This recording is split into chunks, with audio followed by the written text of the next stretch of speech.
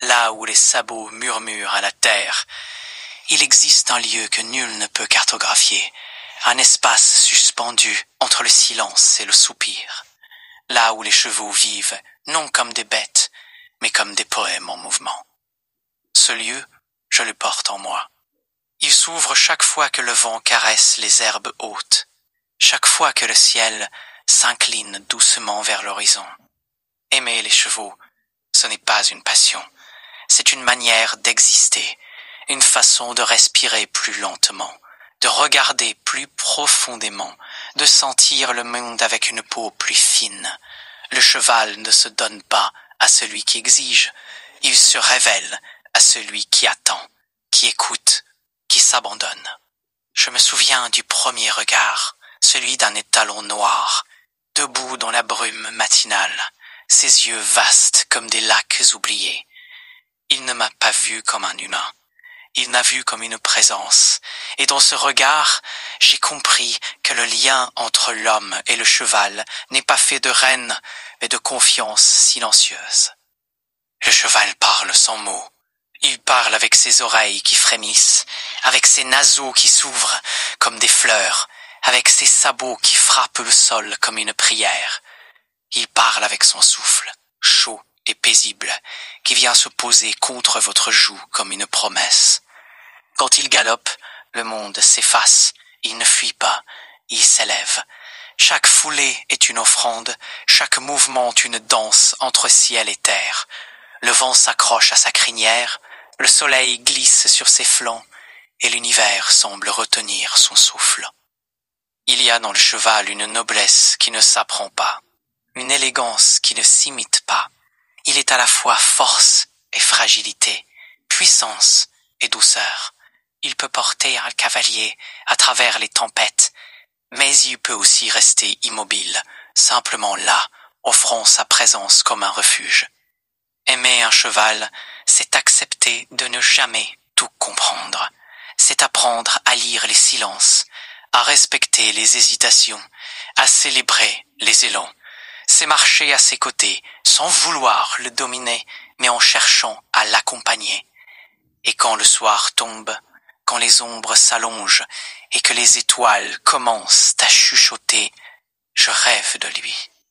Je rêve de chants infinis, de sabots qui résonnent comme des battements de cœur, de crinières qui dansent dans le crépuscule. Je rêve d'un monde où l'on ne parle plus, où l'on ressent seulement. Le cheval ne demande rien, il offre. Il offre sa fidélité, sa beauté, son mystère. Il offre un miroir, celui de notre propre humanité, celui de nos désirs les plus enfouis, celui de notre besoin d'être vu, vraiment vu. Et moi, je l'aime. Je l'aime comme on aime un souffle, une lumière, une vérité. Je l'aime avec respect, avec émerveillement, avec cette tendresse qui ne s'explique pas. Car dans ses yeux, je vois le monde tel qu'il pourrait être, libre, doux et infiniment vivant. Souhaites-tu que je le transforme en voix off ou que je propose une version plus courte? Prolonge le souffle du premier comme une caresse qui ne veut pas finir. Là où le silence devient sablier, il y a des matins où le monde semble attendre. Rien ne bouge, sauf peut-être une feuille, un frisson ou le pas feutré d'un cheval qui traverse le temps. Dans ces instants, je comprends que le cheval ne vit pas dans notre rythme, il vit dans une autre mesure, plus lente, plus vaste, plus vraie. Je l'ai vu un jour, immobile sous la pluie, l'eau glissait sur lui comme sur une pierre sacrée. Il ne fuyait pas l'averse, il l'accueillait. Et moi, tremblant sous mon manteau, je l'ai regardé comme on regarde un oracle. Il ne disait rien, mais tout en lui parlait, sa posture, son calme, sa manière d'être là, pleinement là. Le cheval est un maître du présent. Il ne regrette pas, il n'anticipe pas, il ressent, il incarne. Il nous enseigne à revenir à l'essentiel, à ce qui ne s'achète pas, ne se mesure pas, ne se prouve pas.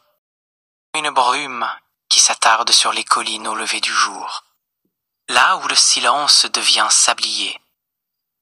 Il y a des matins où le monde semble suspendu, comme retenu dans une respiration profonde. Rien ne bouge, sauf peut-être une feuille qui hésite à tomber, un souffle qui glisse entre les herbes, ou le pas feutré d'un cheval qui traverse le temps sans le troubler. Dans ces instants, je comprends que le cheval ne vit pas dans notre rythme. Il vit dans une autre mesure, plus lente, plus vaste, plus vraie. Une mesure qui ne se compte pas en secondes, mais en frémissement. Je l'ai vu, un jour, immobile sous la pluie. L'eau glissait sur lui comme sur une pierre sacrée, dessinant des rivières silencieuses sur sa robe sombre. Il ne fuyait pas l'averse, il l'accueillait, comme on accueille une vérité. Et moi, tremblant sous mon manteau, je l'ai regardé comme on regarde un oracle. Il ne disait rien, mais tout en lui parlait. Sa posture, son calme, sa manière d'être là, pleinement là, sans défense et sans peur. Le cheval est un maître du présent. Il ne regrette pas les jours passés, il n'anticipe pas les lendemains incertains. Il ressent, il incarne, il nous enseigne à revenir à l'essentiel, à ce qui ne s'achète pas, ne se mesure pas, ne se prouve pas. Il nous apprend à être, simplement, sans artifice. Il y a dans sa démarche une poésie que même les plus grands vers ne peuvent capturer. Chaque pas est une strophe, chaque souffle une rime, chaque regard une métaphore. Il écrit sur la terre des poèmes que seul le vent sait lire, et que le cœur, s'il est assez ouvert, peut entendre. Et quand il dort, debout les yeux mi-clos, je le regarde comme on regarde un rêve fragile. Il est là, vulnérable et fort, offert au monde sans défense, mais avec une confiance absolue. Cette confiance, je la reçois comme un don. Elle me transforme, me rend plus humble, plus vrai. Aimer un cheval, c'est accepter de devenir transparent. C'est laisser tomber les masques, les rôles, les certitudes. C'est se tenir nu, dans le regard d'un être qui ne juge pas, mais qui voit. Et ce qu'il voit, c'est ce que nous sommes vraiment, au-delà des mots, des gestes, des intentions.